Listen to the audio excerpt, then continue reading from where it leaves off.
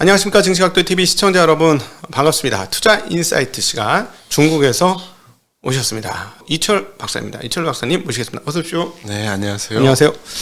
그러면은 중국하고 대만하고 화해할 수 있는 게 소위 말하는 삼민주의로 화해할 수 없습니까? 못하죠. 여기 사회주의 특색 사회주의로 그렇죠. 완전히 갔으니까. 그렇죠. 지금 시진핑 주석 입장에서는 내가 전 세계를 다 통합할 수 있는 이념적 토대를 만들었는데 네. 무슨 20세기 때 하는 고리짝즉 삼민주의를 들고 와 이렇게 되겠죠. 네. 예. 그럼 대만에서는 사실은 그 삼민주의 포기하기 힘들 것이고. 대만에서는 이제 삼민주의란 네. 국민당이 지난 시대의 유물을 계속 읊고 있는 걸로 생각하죠. 중국에서는 그렇게 생각할 거고 대만 사람들도 그렇게 예. 생각합니까? 그런 사람들이 많죠. 아닌 사람들도 있지만요. 네. 그러면은 반대편에 이 차잉원이나 이 민진당은 미국 세력을 힘입어서 우리가 중국을 막아낼 수 있다라고 생각하는 세력들인가요? 자유 가치를 공유하는 국가들이 우리와 함께 싸워줄 것이다. 아, 그렇게 생각하나요?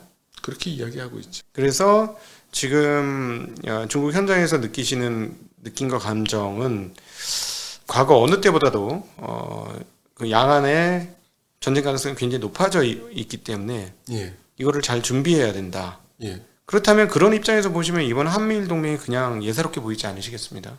제가 볼 때는 이제 전쟁을 하겠다고 결정한 거나 다름이 없다. 누가요? 미국이? 한국이요. 아니 그러니까는 그건 그런데 그럼 미국은 언제든지 전쟁할 준비를 하고 있었다는 논리가 되잖아요. 그 말씀. 예. 그래서 지금 미국이 자주 중국한테 이렇게 얘기하죠. 우리가 갈등은 하고 경쟁은 하지만 전쟁은 하지 말자.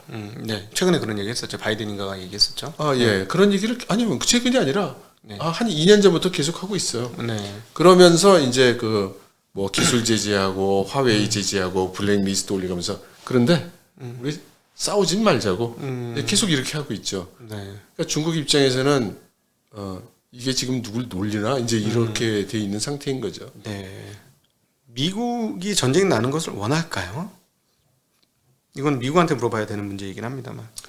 일단 바이든은 원하지 않습니다. 네. 전쟁이 나게 되면 너무 데미지도 크고 자기 입장에서도 어려움이 많죠. 네. 원하지 않습니다.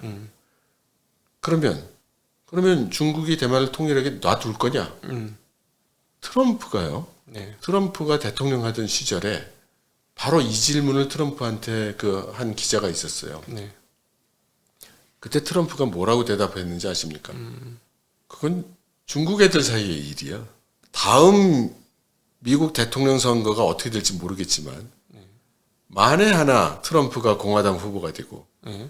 만에 하나 트럼프가 다시 미국 대통령이 된다면 네. 중국으로서는 참을 이유가 하나도 없어지겠죠. 아, 저쪽에서 개입 안 하겠다고 얘기한 걸로 인식을 한다는 말씀이시죠? 그렇죠. 네. 중국 애들끼리 알아서 할 일이잖아. 홍콩에서 민주화 시위 일어났을 때 트럼프가 뭐라고 얘기했습니까? 그건 중국 일이야. 라고 그랬죠. 네. 네. 그러니까 오히려 민주당 정부에서는 전쟁이 막아질 수 있으나 공화당 정부가 되면은 그게 좀 힘들 수도 있다.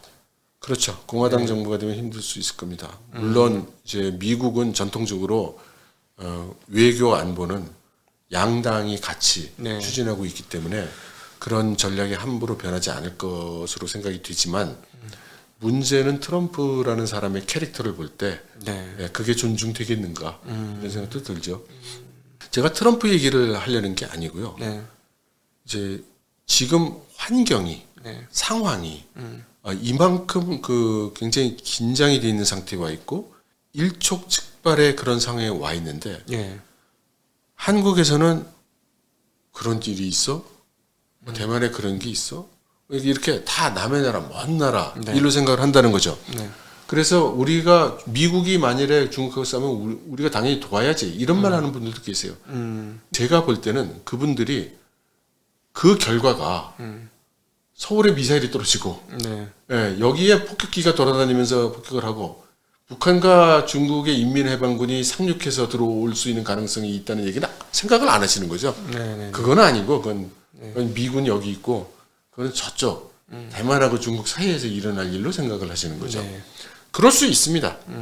그러나 만에 하나 그렇지 않다면 주한미군이 참전하는 일이 벌어지게 될 경우에는 굉장히 복잡한 일들이 한반도에 벌어지게 될 수밖에 없다는 말씀이시죠? 예, 그렇습니다. 네. 근데 이번에 한미일 동맹이 미국의 전쟁 시 한국이 개입을 할 수밖에 없는 구조로 간다고 보시는 거죠? 이게 그 둘로 나눠서 봐야 되는데요. 지금 한미 군사 동맹 상으로는 네. 미국이 그 군사 작전을 하거나 무력 충돌을 하게 되면 한국군도 참여하게 돼 있습니다. 네. 한국에서 전쟁이 나도 미군이 참여하게 되어 있는 것처럼. 그렇죠. 서로. 네. 예, 그렇죠. 네. 예. 그러니까 그런데 그건 한미 동맹 조약이고 네. 의지가 중요하죠. 그렇죠. 한국 정부의 의지가. 네. 네. 근데 한국이 참전하게 되면 북한까지 자극을 하게 되어서 근접거리에서 북한이 행동을 할 수 있는 상황이 발생할 수도 있다. 예. 예. 북한이 혼자 결정하진 않을 거 아닙니까? 그렇게. 아, 그렇죠. 북한이 혼자 그걸 어떻게 합니까? 본인들한테 위협이 되거나 아니면 중국의 SOS 콜이 있거나 이래야 움직이지 않겠습니까? 중국이 그림을 다 짜주겠죠. 네, 중국이 예, 그림을 짜준다. 예, 예. 네. 잘못하면 자칫하면 체력도 없는 상태에서 미국이 북한에 개입을 하게 되면 북한 거의 완전히 초토화될 거 거의 확실하니까. 북한의 핵은 어떡하고요? 네, 그러니까 그거를 그래서 이제 계속해서 지금 무력 시위를 하는 것들이 우리 건드리지 마라. 너희 큰일 난다. 크게 당할 수 있다. 이거 얘기를 하는 거 아니겠습니까? 그렇죠. 예. 남들은 버튼을 못 눌러도 우리는 버튼을 누를 수 있는 사람이 우리 건드리지 말아라. 이런 태도일 수 있다고 저는 보여지거든요. 그렇죠. 심지어 푸틴도 여차하면 핵을 이런 얘기 하고 있지 않습니까? 네네. 그렇게 이제 말씀하시는 걸 종합을 해보니까 최근에 북한이 딴 때보다 미사일 발사의 빈도와 횟수가 엄청나게 잦아졌어요. 그리고 ICBM이나 이렇게 큰 미사일 발사도 횟수가 많아졌거든요. 그래서 그게 북한만의 판단이 아니라고 보는 그 견해가 저만 있는 게 아니고요. 네. 예, 미국의 전문가들과 그런 사람들도 그렇게 보고 있습니다. 책에 그 이야기를 적어 놓으셨다는 네, 말씀이신 그 얘기도 거죠? 있고요. 네. 네. 북한이 저렇게 행동하는 것은 미군이 우리를 건들지 말라고 생각하기 때문일 수 있고 아니면 말씀하신 대로 중국의 플랜이 있기 때문에 그럴 수도 있고 둘 다 네. 가능한 건데 네. 만약에 첫 번째 미국이 우리를 건들지 마라고 얘기하기 위해서 저렇게 미사일 도발을 한다는 건 네. 뭔가 느낌이 안 좋다는 거죠. 네. 뭔가 잘못하면 미군이 개입할 수 있는 여지가 생긴다는 그런 걸 느꼈으니까 이렇게 하는 거 아니겠습니까? 네, 그럴 수도 있죠. 예, 단지 우리하고 수교해줘 라면 이렇게 자주 미사일 발사할 리가 없을 것 같거든요. 제가 보기에는. 그리고 얼마 전에 북한이 갑자기 항공기 한 200대 뛰었다 이런 얘기 한 적도 있죠. 그러니까 지금 우리가 알고 있기로 북한의 항공기라는 게 다 몇십 년 묵은 고물이고 네. 한번 뜨면 목숨이 붙어서 내려올 수 있을지 없을지를 걱정해야 되는 것으로 알고 있는데 네. 그리고 연료도 부족한 걸로 알고 네. 있고요. 근데 갑자기 이렇게 100몇십 대 200대 날릴 이유가 뭘까요? 그러니까 여태까지 안 하던 짓을 네. 갑자기 대규모로 했는데 예, 거기에 대한 해석이 우리는 없어요. 왜 없는가? 또냐? 이제 마비가 돼가지고 네. 북한이 또 미사일 샀어요. 또냐? 몇십 년 동안 들었다. 음. 서울 불바다가 될 거야. 아유, 그래 불바다 그래 알았어. 예. 이제 이런 상태에 있어요. 지금 한국은. 근데 중국은 안 그래요. 네. 얼마 전에 맷 포팅어라는 사람이 포린 어페어즈에 글을 썼습니다. 네. 이 사람도 이제 답답했던 거예요. 이 사람이 트럼프 행정부 시절에 국가안보 부보좌관을 했던 사람이에요. 그래서 사람들한테 이렇게 얘기를 하고 있죠. 거기서 중국의 타이완 통일 의지를 과소평가하지 마라. 시진핑 주석이 얼마나 계속 되뇌이면서 얘기를 하고 있냐. 그래서 여기 미국에서는 시진핑이라는 사람을 별로 그렇게 영리하지 않은 사람으로 바보 같은 얘기를 많이 하는 사람으로 자꾸 얘기를 하는데 시진핑이라는 사람의 무서운 점은 바보 같은 소리를 하고 안 하고가 문제가 아니라 바보 같은 소리를 해도 꼭 실행하고야 만다는 점이 무서운 점인 거다. 이렇게 경고를 했죠. 네. 그리고 작년 11월에 시진핑 주석이 그 모자가 하나 더 늘었어요. 타이틀이 하나 더 붙었어요. 네. 그러니까 중국 공산당 총서기, 네. 중국 국가주석, 네. 군사위원회 주석 여기에 새로 하나가 붙었어요. 네. 총사령관. 네. 그럼 군사 작전에 더 임박했다. 이런 말씀으로 들리네요. 모든 게 그렇게 생각하면 모든 게 그림이 맞아요. 왜 중국 국무원의 위상이 내려가고 네. 왜 중앙공산당에서 전략을 결정하게 되고 왜 여태까지 파트너였던 네. 공청단 파벌이 싹 물러서고 네. 단일 체계로 다 시진핑 사람으로 다 가 있고 이렇게 할 수 있는 건지. 네네. 그는 단순한 중국 내부적인 문제가 아니라 대외적인 환경이 그렇게 변했기 때문에 중국 내부의 그 조직 체계가 변한 것이다. 이렇게 정리하시는 거고요. 네. 저는 그래서 전시 체계로 가는구나. 전쟁을 해야 되니까. 네. 네. 네. 네. 네. 한국 입장에서는 전쟁에 참여하게 되면 북한이 가만히 안 있을 거고 지금 북한은 미국과 화해를 전혀 안 하고 있는 상황이고 화해 시도를 했던 거죠. 미국이 발로 찬 거고 사실은. 그렇죠. 예. 뭐 남쪽에서는 이렇게 얘기하면 넌 뭐 이상한 얘기를 온갖 얘기를 다 들을 것 같긴 한데 사실은 제가 보기에는 지난 베트남이 북한으로서는 미국과의 수교를 원했던 바이고 관계 정상화를 하면서 국제사회의 일원으로 등장하기 위한 마지막 카드였다.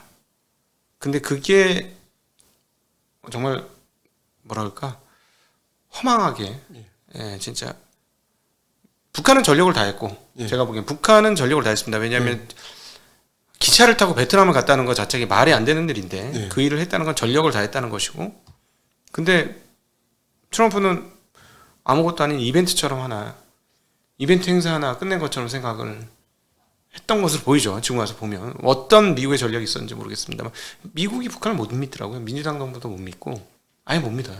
거짓말하는 사람들 이렇게 아예 딱 찍어놔가지고 물론 이제 남쪽에서도 지금 북한을 많이 못 믿고 있습니다만 그 상황을 보면 그 마지막 카드가 떨어지면서 이제는 완전히 반미의 그 어떤 상징적인 국가로 전환된 지난 몇 년간. 그러니까 북한은 미국이 자기를 적대한다는 전제를 가지고 계획을 수립할 수밖에 없죠. 네. 그리고 제재가 계속된다는 전제로 국가 계획을 수립할 수밖에 없고 네. 남쪽에는 이제 우파 정권이 들어섰고 네. 그러니까는 그 북한 입장에서 이렇게 볼 수 있을까요? 이래주거나 저래주거나 자꾸 이렇게 제재가 끝도 없으면 판을 한번 뒤집고 싶은데. 아니야. 이런 건가? 그것도 제가 자주 접하는 그 오해인데요. 네. 북한을 자꾸 그 비정상적인 생각을 하거나 이판사판 뭐 이런 감정적 행동을 하는 걸로 이제 생각을 하는 경우가 많습니다. 네. 근데 북한은 나름대로 자기들이 살기 위해서 자기들이 생각하는 최선의 길을 가는 거예요. 네.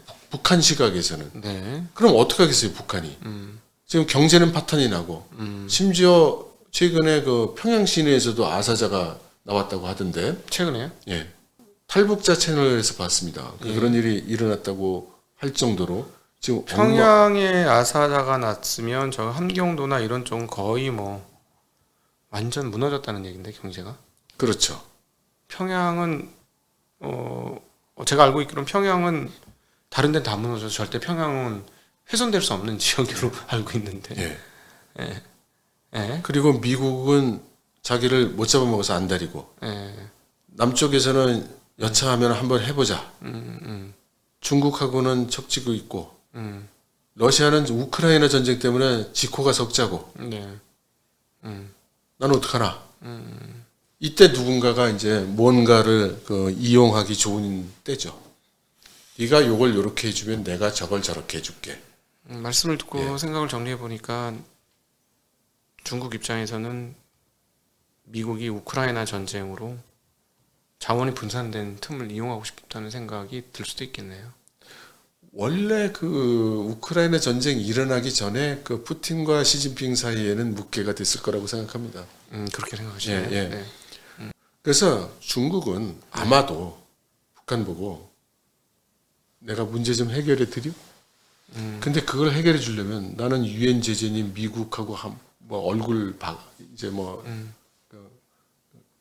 바꿔야 되는데 내가 그렇게까지 해야 될 이유가 있을까?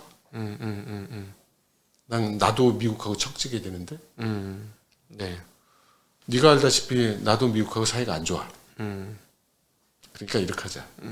네가 요렇게 해주면 내가 미국이 뭐라거나 말거나 너 지원해줄게. 네. 에너지, 식량, 뭐 원유 다 밀어줄게. 무기 그리고 우리 조중 군사 동맹 있잖아. 네가 만일에 사태가 생기면 우리가 지난번 6.25처럼 밑으로 갔다. 형님 믿어라. 왜냐하면 내가 너를 지원해주지. 그럼 미국이 얘기하는 제재를 내가 뒤집어 엎는 거고. 너도 알다시피 나는 타이완 쳐야 되는데. 그럼 미국하고 우리도 끝이야.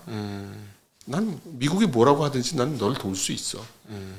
그리고 내가 원하는 게 많은 게 아니야. 전쟁하라는 거 아니야. 지난번 보니까 뭐 연평도 잘 포쏘더만. 그거 곱하기 몇 개만 해줘. 네. 네, 요렇게만 해도 된다고 생각하는 거예요. 네. 네. 자, 그러면 이제 처음으로 첫 질문으로 다시 돌아가 보도록 하겠습니다. 공멸적 상황 아닙니까? 아까 그 보고서 워게임에 대한 보고서에도 나왔지만 공멸적 상황이거든요. 아마 인류의 어떤 문화나 문명이 몇 년 또는 몇십 년 뒤로 물러가게 되는 상황이 발생할 수도 있는 전쟁이거든요. 물론 정광석 특화처럼 끝내고 싶겠죠. 미국이 개입하기 전에 게임 끝. 뭐 이렇게 하고 싶을 수도 있겠어요. 그것도 가능하다고 생각하는 사람도 있을 것이고 중국에서는. 그럼에도 불구하고 미국 개입하는 순간 이거는 뭐 새로운 세계 전쟁이고, 그리고 한미일 동맹이 이루어졌기 때문에 정말로 세계 전쟁처럼 할 수밖에 없는 상황인 것이고, 그렇게 되면 이제 모든 판세가 다 깨지고 인류 문명은 뒤로 넘어갑니다. 이걸 누구나 다 알고 있고 보이는 상황인데, 사실은 중국 입장에서는 지금의 소망인 중국의 통일 조국, 이거를 지금처럼 했던 것처럼 도강양해하면서 몇 년 좀 늦춰도 되는 거 아니겠습니까? 왜 그런데 지금 임박했을까요? 미국이 중국의 앞날을 막고 있으니까요. 그러네요. 시간이 더 이상 우리 편이 아닐 것 같으니까요. 야, 그런데 또 따지고 보면 미국과 중국이 지금 미국이 더 이상 성장하지 못하게 하는 것이지 미국이 생존하지 못하게 하는 전략은 아닌 거잖아요. 미국이 왜냐하면 미국 서로 상생하는 공생 관계지 않습니까? 미국의 제품을 판매하고 또 미국은 제품을 조달해 줬기 때문에 하는 거지. 중국의 그 강력한 제조업이 없으면 이제 제가 보기에는 미국의 모든 상점은 발이장 통통 빌게 되고. 미국은 그 공급망을 분리를 하고 경제 분리를 하고 있으니까. 중국은 그렇게 생각 안 하죠. 지금은 하고는 있지만 지금 현재 이루어진 건 아닌데 공급망을 막아버리면 제가 보기엔 미국 정말 어려워질 거거든요. 서민들의 삶이나 이런 것들은 파탄지경이 될 텐데. 아니 미국이 그렇게 북치고 장구치면서 그걸 진행하고 있는데 이미 현실이 된 얘기를 그럴 리가 있나요 하시면 좀 이상하죠. 이미 지금 진도를 빼고 있으니 당장은 아니더라도 아니요 이미 진행하고 있는 거예요. 진행은 하고 있죠. 지금 뭐 공장들 다 인쇼링하고 하는 과정들이 결국 그건데 몇 년 이상 더 걸릴 건데 어쨌든. 그러니까 미국은 여유 있죠. 그냥 뭐 이렇게 추진을 해서 피를 말려가고 있는 중이고. 그러니까 거꾸로 중국 입장에선 이런 식으로 진행이 되면 조금 있다가 몇 년 후면은 나는 속빈강정이 되고 G2는커녕 뭐 G10위 안에도 못 들어가는 국가가 되면서 조국 통일은 물 건너가겠구나. 힘이 지금 세져 있을 때 결론을 내지 못하면 우리는 완전히 처진다. 그런 위기감들이 실제로 있는가요? 그렇죠. 네, 알겠습니다. 혹시 이 책에서나 오늘 대담에서 꼭 얘기해주고 싶으셨는데 제가 사실 질문을 이 부분에서 지금 공부가 덜 돼 있었던 부분이기 때문에 제대로 못한 부분이 너무 많은 것 같아요. 그래서 그 부분 너무 죄송스럽게 생각하고요. 아닙니다. 제가 이 책을 사실은 그 가명으로 내려고 그랬어요. 제가 여기 있는 내용을 좀 얘기를 하면 대부분 이 친구 좀 돌았군. 맛이 갔군, 이런 반응이 대부분이었고요. 네. 예, 그래서 이상한 사람, 또라이, 네. 이런 얘기를 많이 들어서 이걸 공식적으로 책을 내면은 또 손가락질을 많이 당하겠구나, 이렇게 생각을 해서 원래는 가명으로 내려고 했습니다. 네네네.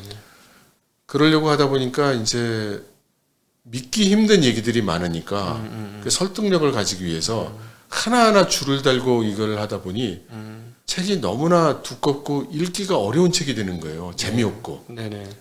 아무도 안 읽는 책을 만들어봐야 무슨 소용이 있습니까? 그래서 출판사하고 상의를 해서요.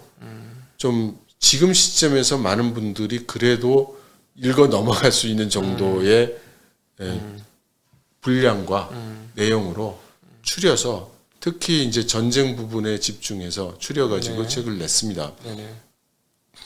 그러니까 지금 잘 이해하지 못하신 게 아니라 제 책이 지금 현재 대부분의 한국 분들의 생각과는 굉장히 많이 동떨어진 네. 그런 내용인 거죠. 아니요, 저는 뭐 충분히 뭐 납득이 되고요. 네. 네. 이 문제에 대해서 다른 생각에 바빠서 한국 사람들이 항상 바쁘지 않습니까? 다른 데 돌아가는 데 관심이 없는 거죠. 그래서 듣다 보니 뭐 굉장히 현실적인 문제인 것 같고 이 책을 쓰시게 된 동기는 중국 현장에 있으시면서 다양한 사람들의 의견과 네트워크를 통해서 이야기를 듣고 현장에 있는 상황들을 보니 너무 심각하다는 그런 경각심 때문에 경각심 정도라고 표현하기는 조금 어렵겠네요. 그렇죠? 위기감. 위기감. 네, 위기감이 목에 찼고 이걸 빨리 누군가는 얘기를 해줘야 된다는 생각으로 쓰신 거네요. 네, 그렇습니다. 네, 사람들이 좀 알고 이걸 좀 막아줬으면 좋겠다는 마음이신 거죠. 거꾸로 제 생각이 잘못됐다는 거를 어떤 분들이 좀 확인해 반박하거나 확인해 주셔도 정말 감사하겠습니다. 그런 일이 없었으면 좋겠으니까. 예, 내 말이 그렇습니다. 헛된 공상이나 소설, 소설이었으면 좋겠다라는 심정도 있으신 거죠. 네네. 그리고 또 이제 워낙 네트워크가 중국에서 건시로 많이 연결되어 있으신 거잖아요. 그렇죠. 그래서 출처를 밝힐 수 없는 글들도 꽤 많았겠습니다. 네, 그렇습니다. 그래서 그분들의 출처는 밝히지 못했어요. 그럴 것 같고 혹시 그러면 이런 거 쓰시면서 신변의 위협이라든가 뭐 이런 것들은 안 느끼셨어요? 솔직히 좀 걱정이 됐는데요. 제가 이렇게 얘기하는 내용이 맞는다면 그럼 걱정해야 되겠죠. 근데 틀리다면 걱정 안 해도 되잖아요. 그렇죠. 그러니까 만일에 제가 얘기한 내용이 정말로 맞는 내용이어서 제가 어떤 불이익을 받는다면 그건 여러분들께 얘기할 만한 가치가 있는 거죠. 식구들도 있으신데. 이제 나이 들은 사람은 괜찮아요. 뭐 저 없어진다고 대한민국에 큰 손해 나는 거 아니고. 이거 그래서 어떤 그런 사명감을 가지시게 되었다라는 거죠. 상황을 보면서 왜 사명감을 가지셨을까?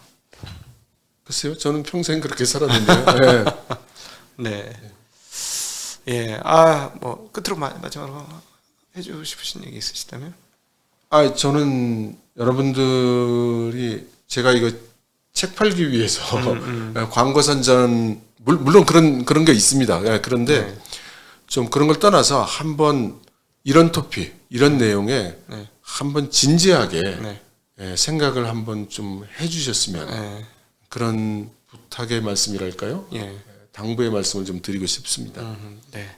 저희 한국 분들이 국제와 외교 문제에 있어서 너무 관심이 없으신 것 같아요. 다른 나라들은 외교가 탑뉴스인데 우리나라는 외교가 탑뉴스가 된 적이 거의 없었던 것 같습니다. 오히려 이번에 뭐 IRA법 때문에 주요 이슈가 된 것들은 있습니다만 그건 사실은 외교라기보다도 경제적인 관점으로 사람들을 보는 것 같고 그러나 우리는 지정학적으로 전 세계에서 가장 사실은 이제는 뭐 중동보다 여기가 더 문제죠.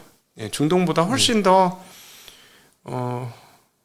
문제가 발생할 가능성이 높은 지역에 저희는 살고 있는 게 분명히 맞고요. 해결되지 않은 휴전의 상태에서 지금 거의 한 세기 가까이를 시간을 끌고 있는 그런 상황이고 자체적인 능력으로 그 문제를 해결하지 못한 국가입니다.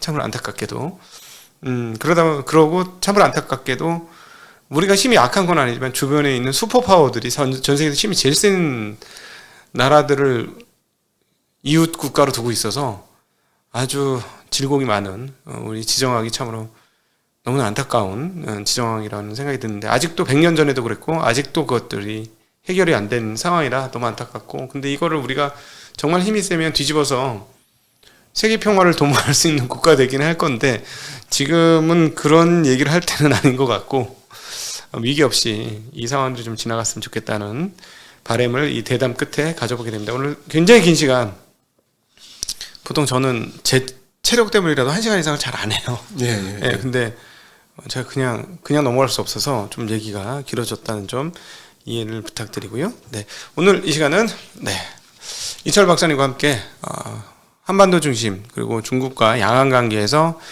과연 어떤 문제와 어떤 위기상황이 우리 앞에 닥쳐 있는지에 대한 이야기를 함께 나누어 봤습니다. 여러분들이 생각을 환기하는 시간이었으면 좋겠다. 그리고 국제적이고 외교적인 문제가 우리 삶과도 직결되는 문제다라는 생각을 하셨다면 감사한 시간이 될 것 같습니다. 네, 이 시간 함께 인사드리도록 하겠습니다. 인사드리겠습니다. 고맙습니다. 네, 감사합니다.